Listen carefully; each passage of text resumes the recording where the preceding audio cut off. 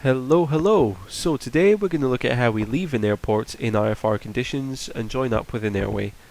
So we can do this by using something called a Standard Instrument Departure, or SID for short. This may also be called a departure procedure. So a SID is actually very similar to an approach chart. Instructions on how to fly the procedure are given on a single page containing essential information and diagrams. Basically, a SID is the opposite of an approach chart. It will tell you how to leave an airport in IFR conditions.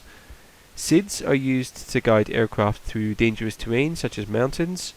They can be used for noise abatement, to reduce the noise pollution over towns and cities, and they're also often used at busy airports so air traffic control can maintain greater control over the flow of planes.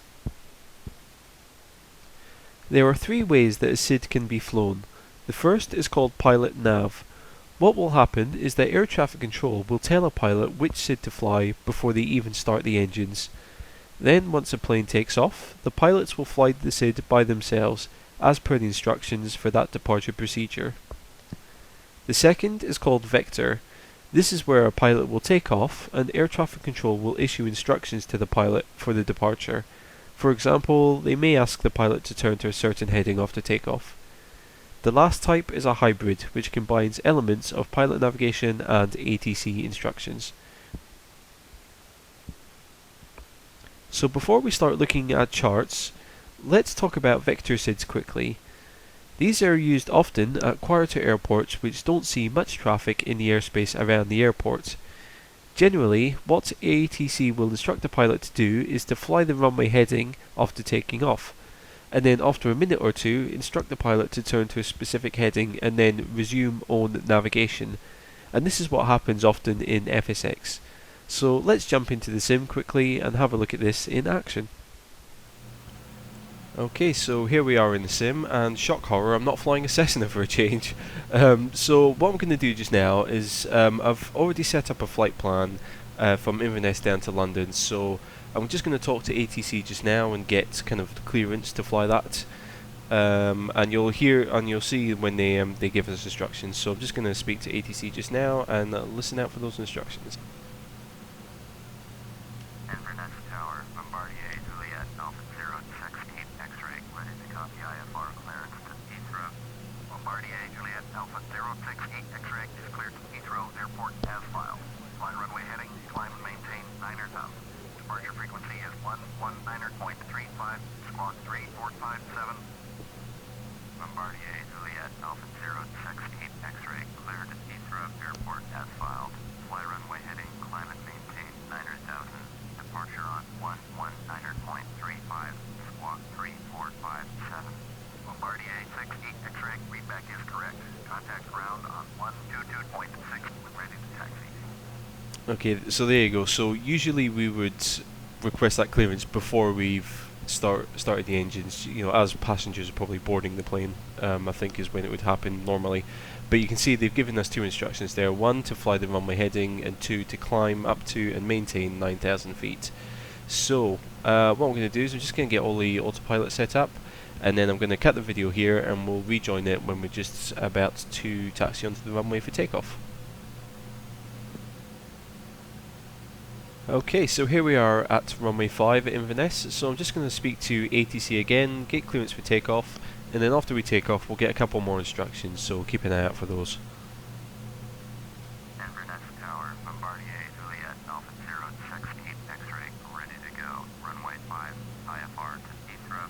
Bombardier, Juliet, Alpha 068, X-ray, cleared for takeoff. Runway 5. Cleared for takeoff. Runway 5. Bombardier, Juliet, Alpha 068, X-ray.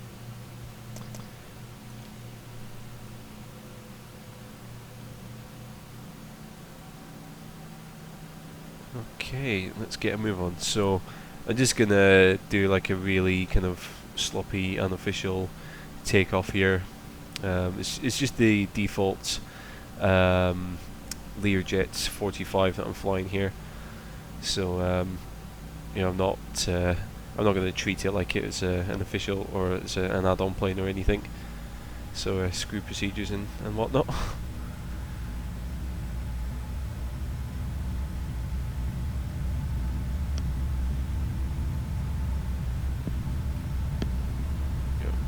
So what I'm going to do after takeoff is I'm just going to enable the autopilot and get the autopilot to fly it for me.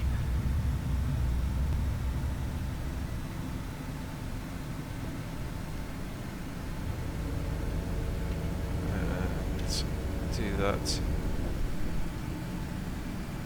like so. Bombardier 268 X-ray, contact Los Angeles departure on 119.35. Going to 119.35, Bombardier 268 X-ray. So they want us to speak to Lossiemouth, which is normal. Los Angeles departure, Bombardier Juliet Alpha 068 X-ray, is climbing through 1,100 for 900,000. Bombardier Juliet Alpha 068 X-ray, Los Angeles departure, Roger. UNE 1013.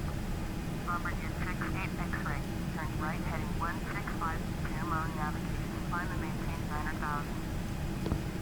Turn right heading 165, resume on navigation, climb and maintain 900,000. Bombardier 68 X-ray. There you go. So you can see that they've given us an instruction to turn to a heading of 165 degrees. Bombardier 68 X-ray, turn right heading 195. Turn right heading 195, Bombardier 68 X-ray. And now to turn to a heading of 195. So the reason they're doing that, we just bring up the GPS so you can see. I'll make it bigger as well. So you can see this pink line that we have here. This is our kind of the first leg of our flight plan. So that's coming from Inverness Airport down to waypoint at Perth, I think, down here. And what they're doing is they're basically just turning us onto a heading where we're going to re-intercept that flight path. And now if you also look, they asked us to turn that heading and then resume on navigation. So what they're basically telling there is to turn to this heading, re-intercept our flight path, and then once we do hit our flight path, then just turn and follow that and fly the rest of our flight plan as we need to. And so there you go. So that's an example of there's a little bit of sort of vector ATC, but it's also a little bit of hybrid as well. Once we're kind of up and we're getting onto our flight path, that's kind of when the pilot resumes, their own navigation. So it's a little bit of vector and a little bit of hybrid demonstration for you there. Now let's look at how we would use a SID to fly a departure. So I'm going to use one for London Luton Airport, just north of London. So here we have a SID, and you will see that it's similar in appearance to an approach chart. You have information at the top, a big diagram in the middle with all the information you need, and some more instructions and information at the bottom. So this chart will be used to guide us from the airport up to an airway waypoint called Olney. If we have a quick look at this text box, we have the GPS coordinates for it, and it also shows that it is on a radial of 345 degrees and 25.1 nautical miles away from the Bovingdon VOR. So that's how we can work out when we reach it. If we look back down at the bulk of the approach, you can see that we have details for the VOR station here, and we'll also need to use an NDB briefly. Underneath the diagram, you'll find a text box with a text description of the procedure. So let me follow it step by step so you can see how we would fly this SID. Firstly, let's confirm that this is for departing runway 26. So once we take off, the first thing to do is to climb up to 500 feet. Next would be to pick up the 033 degree radial from Bovingdon. Alternatively, you can set your VOR to 213 so that you're flying to the VOR station. Then, once we're 7 miles from the station, we would need to turn right and fly a course of 257 degrees to the Henton NDB station. As we do that, we would need to adjust our VOR round to a radial of 005 from the VOR station. The reason we do this is so that we know when to begin the next turn. As we pass that radial, we would begin a turn onto the 345 degree radial from Bovingdon, and then from there it's a straight line until we reach Olney. However, if you look closely, you will notice along this part of the departure that we now have altitude restrictions in place. So the first one we have is at 6 miles from Bovingdon. We need to make sure that we're above 4,000 feet. At 9 miles away, we must be at 5,000 feet and not above or below it. Then after that we can climb up to 6,000 feet and hold that altitude until we're 15 miles away from the VOR station.